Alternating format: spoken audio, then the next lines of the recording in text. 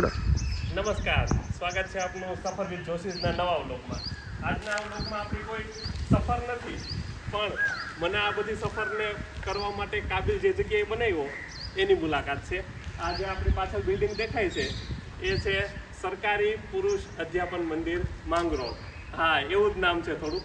તો અહીંયા છે ને આ અમારી પીટીસી કોલેજ છે માંગરોળની અંદર આવેલી. 12મા ધોરણ પછી આપણે 2 વર્ષ પીટીસીનો અભ્યાસ કરીએ અને એ પછી પ્રાથમિક શાળામાં શિક્ષક બની શકીએ. તો આ અભ્યાસ મેં અહીંયા આ જગ્યાએ કરેલો છે. આજે તમને છે ને આ મારી કોલેજ આખી હું તમને બતાવીશ.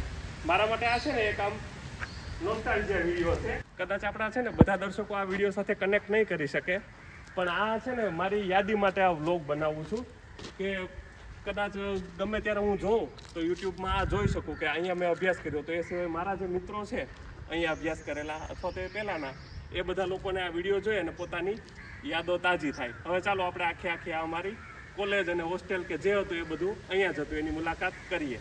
અત્યારે અહીંયા બોર્ડ શ્રી બાગાયત અધિકારીની કચેરી એનો લગાવેલો છે, પણ આ જ બોર્ડ હતો અહીંયા લખેલો હતો અમારું સરકારી પુરુષ અધ્યાપન મંદિર રાણીબાગ માંગરોળ. કદાચ જો હજી આ નીચેનું આ છે ને રાણીબાગ માંગરોળ એ એમનેમ જૂનું છે. અને આ હતો અમારો એન્ટ્રી ગેટ. હવે તો ગેટ નવો થઈ ગયો, ત્યારે છે ને જૂનો ગેટ હતો.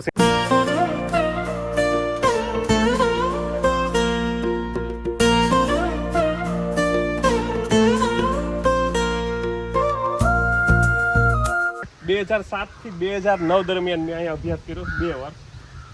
અહીંયા છે ને આ વિદ્યાર્થીઓને ભણવા માટે હોસ્ટેલ બની હતી. અમારું ભણવાનું પૂરું થયું એ પછી 1-2 વર્ષ પછી બની હતી, પણ ત્યાં તો છે ને પીટીસી કોલેજ જ બધી બંધ થવા માંડી. પીટીસીનો ક્રેઝ સાફ વયો ગયો, તો અત્યારે એમાં હવે પોલીસની કચેરી બની ગઈ છે. આ જે બિલ્ડિંગ છે ને અત્યારે જર્જરિત હાલતમાં છે, પણ આ અમારું મુખ્ય બિલ્ડિંગ હતું. એમાં નીચેની તરફ એક ક્લાસરૂમ હતો, ઉપર હોસ્ટેલ હતી અહીંયા, અને આ તરફ છે ને કમ્પ્યુટર રૂમ હતો અને નીચે TLM રૂમ. અને આ જે આખો હોલ છે એ પ્રાર્થના હોલ હતો. અહીંયા દરરોજ પ્રાર્થના થતી, અને બીજી એક અમારે દરરોજ સાયમ પ્રાર્થના થતી સાંજના 7 વાગે. એ પ્રાર્થના થતી હોય, અમારા ગૃહપતિ હતા સોલંકી સાહેબ, એ આ પ્રાર્થના લેતા અને હાજરી પણ પૂરતા. તો એ આ જગ્યાએ અમારી પ્રાર્થના થતી. અને આ અમારું ગ્રાઉન્ડ છે. અહીં એટલા એવા ગ્રાઉન્ડમાં પણ થોડી ઘણી ક્રિકેટ રમી લેતા. અને અહીંયા આ સ્ટેજ ઉપરથી થોડી બોલવાની શરૂઆત થઈ હતી, તે જે અત્યારે વ્લોગમાં ઉપયોગી થાય છે. અહીંયા આ બાજુ છે ને અમારા હોસ્ટેલના રૂમ હતા, પણ અત્યારે જો એ રૂમ બધા પડી ગયા છે અને અહીંયા અત્યારે આ બિલ્ડિંગ બની ગયું છે. આ નવી હોસ્ટેલ જ બની હતી. અહીંયા જો આ છે ને ઓફિસનો એન્ટ્રી ગેટ હતો, અને અહીંયા શરૂઆતમાં આગળ ક્લાર્ક ને પ્યુન ને એ લોકો બેસતા, અને પ્રિન્સિપાલનો રૂમ અંદર હતો. અત્યારે જો અહીંયા જાહેર ચેતવણી લગાવેલી છે. આ બિલ્ડિંગનો આ તરફનો ભાગ છે, અહીંયાથી આપણે એન્ટ્રી થતી. આ જો નીચેની તરફ અમારો ક્લાસરૂમ છે, અને આ સિન્ટેક્સના ટાંકા ત્યારના એમનેમ છે, અમે ભણતા ત્યારના.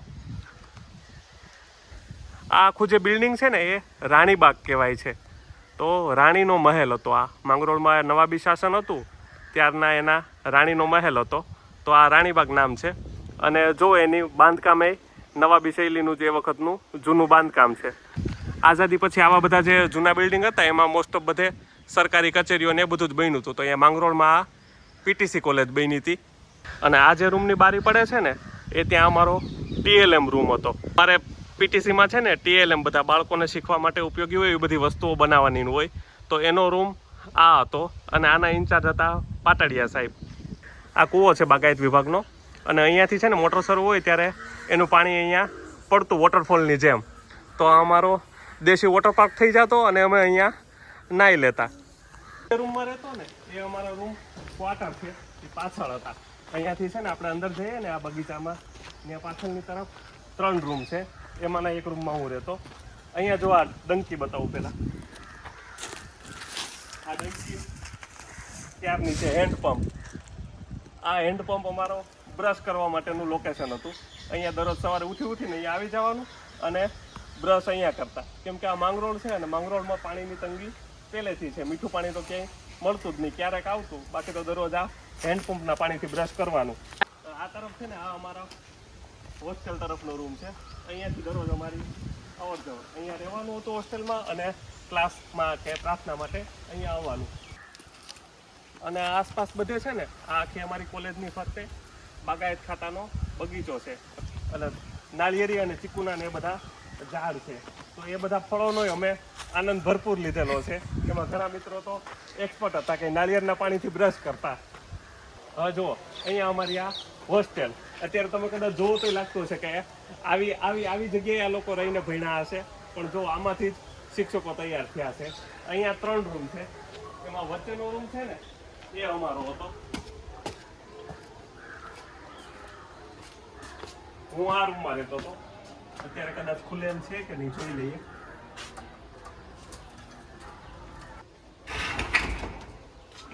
જો આ ત્યારનો અમે શરૂઆતમાં 8 જણા હતા, પછી 2 વિકેટ ખડી ગઈ એટલે 6 રહ્યા હતા. તો અમે 6 જણ આમાં રહેતા. મારો બેગ અહીંયા આ બાજુ હતો. અત્યારે તો આ બધું ડેમેજ છે. આ બધા રૂમ છે ને એની કન્ડિશનમાં તો આમ કાંઈ બહુ ફેરફાર નથી થયો. અમે જ્યારે ભણતા ત્યારે આ જ સ્થિતિમાં હતા, અને સફાઈ આમ ગણો તો એવી જ હતી. અમે આવું જ રાખતા, એટલું બધું તો કંઈ સાફ રાખતા નહીં. તો આ જગ્યા તો બસ આમ જ છે. અહીંયા પહોંચીએ ને એટલે આમ છે ને એ આખા 2 વર્ષ ફ્લેશબેકમાં આવે. આમ એક જ નજરમાં બધું સામે આવવા માંડે કે અહીંયા રહેતા, અહીંયા મસ્તી કરતા, ઝઘડાઈ થતા, બધું થતું. ને અહીંયા છે ને આ આગળ અમારા થોડા જે મિત્રો રસોઈ કરતા ને એ બધા અહીંયા ચૂલા બનાવતા. અને આ જુઓ એનું ઈંધણ હતું. ગેસના બાટલાની કાંઈ જરૂર ન પડતી, બસ આનાથી જ રસોઈ પકાવતા. અને આ રસોઈ પકાવવાનું ને આ ક્રિકેટ રમવામાં બધામાં આ જ કામ લાગતું અમારે.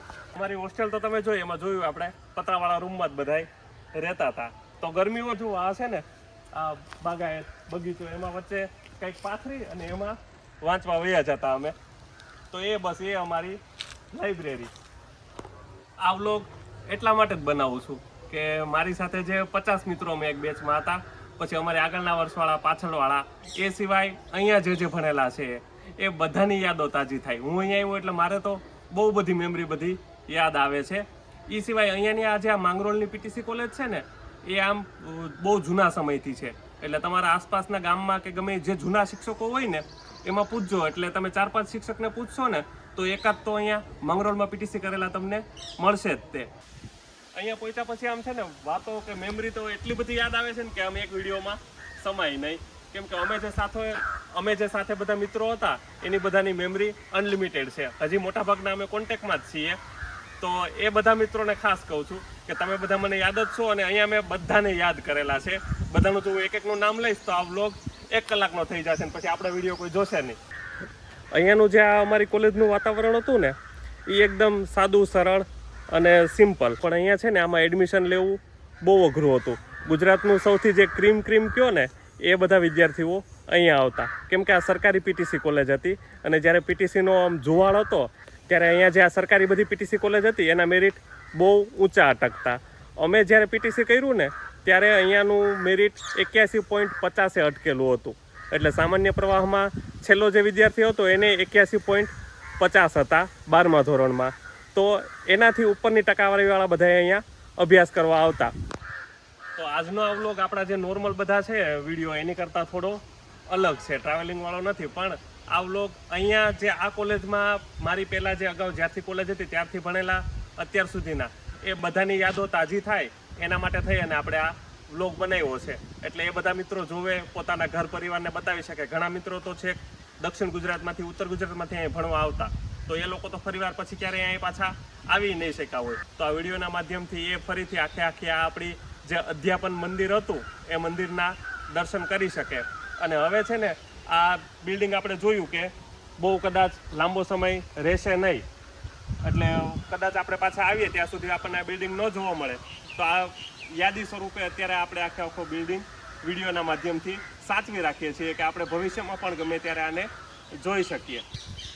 તો આ સાથે જ આ વ્લોગ મારો અહીંયા પૂરો કરું છું. અહીંયા મારી સાથે જે બધા અભ્યાસ કરતા એ બધા મિત્રોને અત્યારે બહુ યાદ કરું છું. અને એ સાથે અહીંયા અમારા પ્રિન્સિપાલ સગરકા સાહેબ અને અમારા બધા જ ગુરુજીઓને વંદન કરું છું. આ સાથે તમારી જો અહીંયાની જે કંઈ મેમરી હોય, આ વિડીયો જોઈને તમને આ અધ્યાપનની જે યાદ આવી હોય તો એ કમેન્ટમાં જરૂર લખજો. તો ચાલો મળીશું હવે કંઈક નવા વ્લોગમાં નવી સફર સાથે.